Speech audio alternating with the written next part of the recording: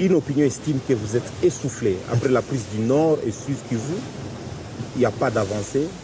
Vous êtes essoufflé, vous restez ici ou bien vous allez avancer? Oui, je comprends. C'est effectivement une certaine opinion qui exprime, pour eux, c'est une façon d'exprimer une sorte de désespoir. Parce que ce qui est sûr, l'Alliance Fleuve Congo AFCM 23 est aujourd'hui attendue partout. L'Alliance Fleuve Congo M23 aujourd'hui constitue l'espoir des Congolais.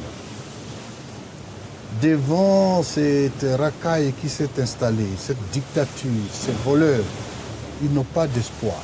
Ils ont vu en l'avancée de l'Alliance Fleuve Congo comme un espoir. Et à chaque fois qu'il y a un peu une sorte de relâchement ou comment, les gens, il y a une opinion qui peut penser que nous sommes essoufflés. C'est normal. Nous leur disons que nous avons notre plan et nous exécutons un plan. Et le plan n'a pour finalité qu'amener des changements, enlever la dictature, donner la dignité aux Congolais, régler les problèmes et résoudre les problèmes du Congo. Pas aller pleurnicher à gauche, à droite pour dire que non, le salut du Congo viendra de nous-mêmes. Qu'ils nous attendent.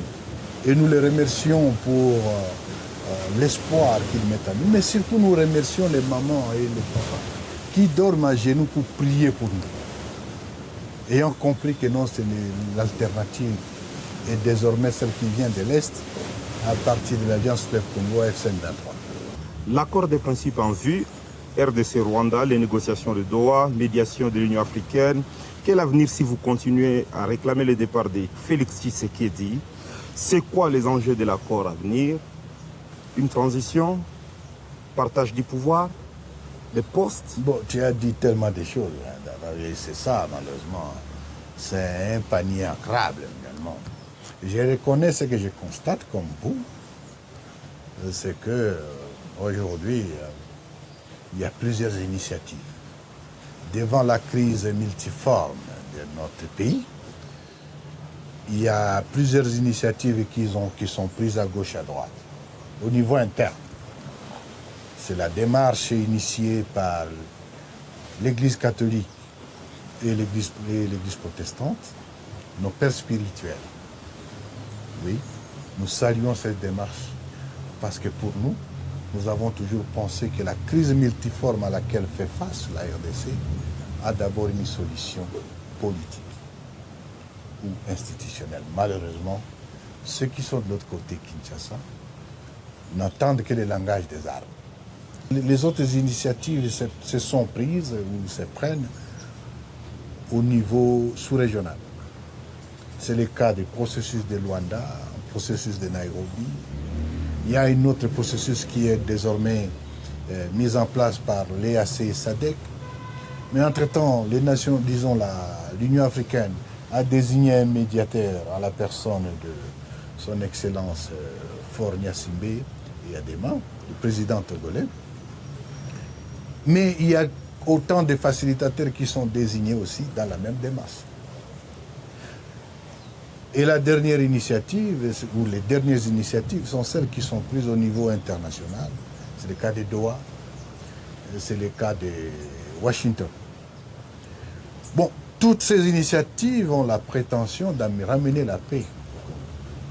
La question peut-être s'est posée de savoir, du fait qu'elles se juxtaposent par moment, et elles apparaissent des fois comme une cacophonie qui se contredisent ou comment, mais l'essentiel c'est l'élément paix qui est là-dedans. Et c'est ce qui nous intéresse. Parce que nous avons toujours dit, nous à l'AFCM 23, nous avons toujours dit, nous pensons que la solution peut être, elle doit être politique. Et pour cela, il y a la bonne foi que nous avons toujours présentée. Partout où on nous invite, nous sommes présents. Et nous donnons des actes de bonne foi. Est-ce que nous sommes là pour les postes? Non. Quel poste est-ce que M. Tshisekedi peut donner à qui? Et en vertu de quoi il n'est pas légitime? Nous ne le reconnaissons pas comme président. Il n'a jamais gagné aucune élection. Et aujourd'hui, nous allons nous disputer des postes avec lui. Non. Il y a des problèmes de fond. Il faut régler la crise congolaise, le problème de la crise congolaise qui est multiforme. Mais il faut surtout examiner les causes profondes de cette crise pour qu'une fois pour toutes, qu'on soit plus ou moins à mesure de dire que non, ceci ne reviendra plus jamais. D'accord. Alors, à quand la réouverture de l'aéroport de Goma? La réouverture de l'aéroport de Goma est tributaire de plusieurs facteurs. D'abord, ce qu'il faut savoir qu'avant leur départ, sur ordre de M. Tshilombo, la tour de contrôle de l'aéroport a été détruite, pillée même. Et certains chars de FARDC et des forces de SAMI avaient créé et circulé sur la piste. Mais surtout, il y a beaucoup d'éléments, d'objets explosifs qui sont encore là. C'est-à-dire que le préalable pour penser à l'ouverture de l'aéroport, c'était d'abord l'évacuation aussi de toutes ces troupes qui étaient là, les FARDC qui étaient là, dans les bases de la MONUSCO. C'est en cours. Après cela, une étude sera faite. Et nous ferons donc cette étude technique pour voir comment ça devrait le faire. Mais s'il y a quelqu'un ou s'il y a des gens qui sont le plus demandeurs de l'ouverture de l'aéroport, c'est d'abord l'Alliance Fleuve Congo. Quel lien que vous avez entre l'ancien, vous, l'AFC, vous avez avec l'ancien président de la République démocratique du Congo, Joseph Kabila? Est-ce que parce que le gouvernement congolais l'accuse des concepteurs, coordonnateurs, initiateurs même de votre mouvement? Bon, ce qu'il accuse, allez demander à ceux-là. Oui. Quel est le lien que vous avez? Quel est le lien que nous avons? Monsieur, son Excellence, Monsieur Joseph Kabila Kabange, est l'ancien président de la République démocratique du Congo. Il a un statut constitutionnel. Il est en même temps un sénateur à vie. Ce que j'ai toujours regretté, c'est que bon, nul n'est prophète chez soi. Dans d'autres cieux, c'est une ressource, un monsieur comme celui-là. Je vois comment les gens se précipitent pour chercher les anciens chefs d'État partout pour venir aider les problèmes à la crise congolaise. Ça m'étonne, parce que vous en avez un qui connaît d'ailleurs mieux les problèmes et qui peut aider à cela. Mais on a choisi, M. Tshilombo a choisi de les jeter dehors, l'accusant à qui veut l'attendre, devant qui veut l'attendre, qu'il est ceci ou cela.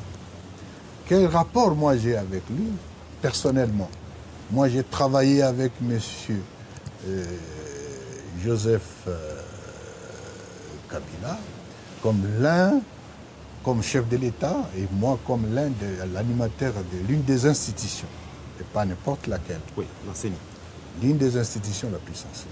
J'ai apprécié la façon dont il travaille, j'ai apprécié la rigueur, j'ai apprécié surtout la lucidité et la sagesse.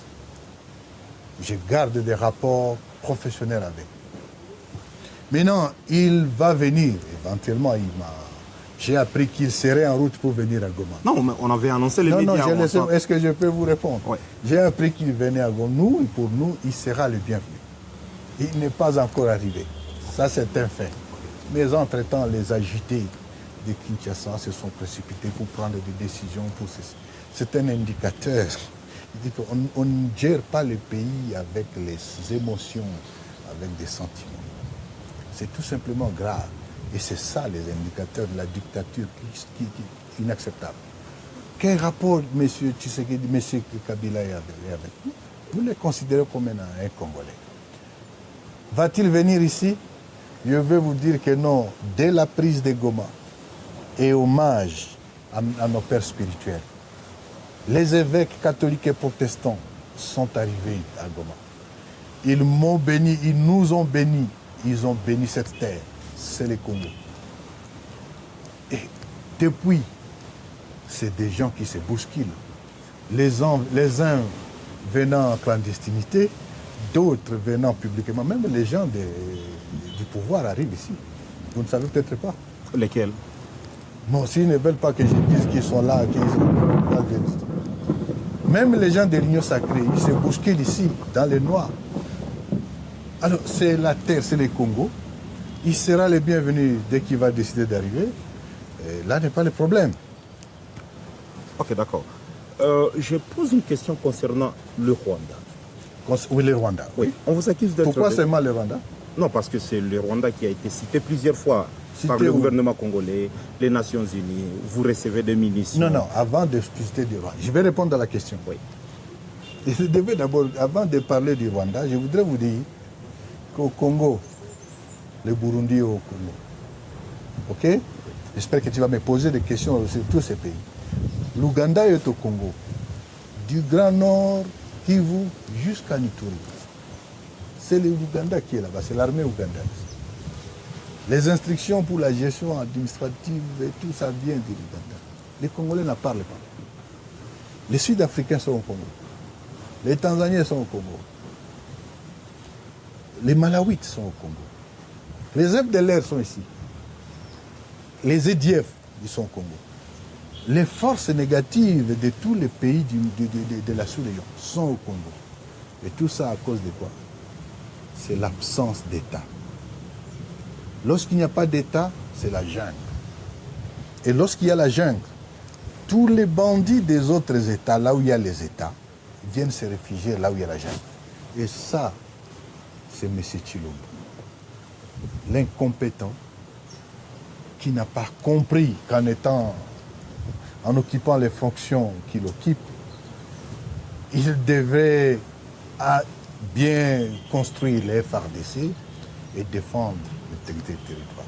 Revenons maintenant au Rwanda, parce que vous vouliez poser la question sur un probable ou un éventuel soutien du Rwanda. Oui, est-ce que vous aurez le soutien militaire, idéologique du Rwanda? Je ne vois pas ce soutien. Quand je t'ai parlé ici des problèmes congolais, les détournements qui se font à Kinshasa, la saleté qu'il y a aujourd'hui dans la ville de Kinshasa, les embouteillages que l'État ne sait pas gérer dans la ville de Kinshasa. Quand je t'ai parlé de la mauvaise gouvernance, quand je t'ai parlé qu'il y a des Congolais qui sont stigmatisés, qui sont brimés, à qui on refuse, ce n'est pas un problème du Rwanda. Mais non, il faut peut-être dire que non, nous nous battons pour les problèmes congolais. Nous sommes des Congolais. Mais je dois avouer que parmi nous, il y a des Congolais qui sont rwandophones, qui parlent le Kinyarwanda comme leur langue maternelle. Je ne sais pas ta langue maternelle, c'est quoi? Moi, je suis du Maniema, Kibombo. Toi, Kikusu. Non, je te dis la langue maternelle. Kikusu. Kikusu. Ouais. Oui. Nos compatriotes de Rutshuru, de Nyiragongo, de Masisi et du Haut-Plateau à Fizi, leur langue maternelle, c'est Kinyarwanda. Donc tous ces problèmes-là, tous ces Congolais-là, dès qu'on voit quelqu'un qui parle Kinyarwanda, on dit qu'il est...